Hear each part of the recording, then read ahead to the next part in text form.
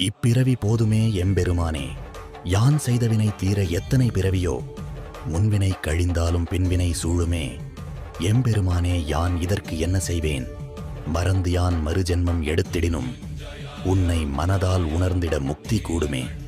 பிறவி பெருங்கடல் நீந்தியே களைத்தேன், இனி பிறவாதிருக்க உன் அருளைத்தாராய்.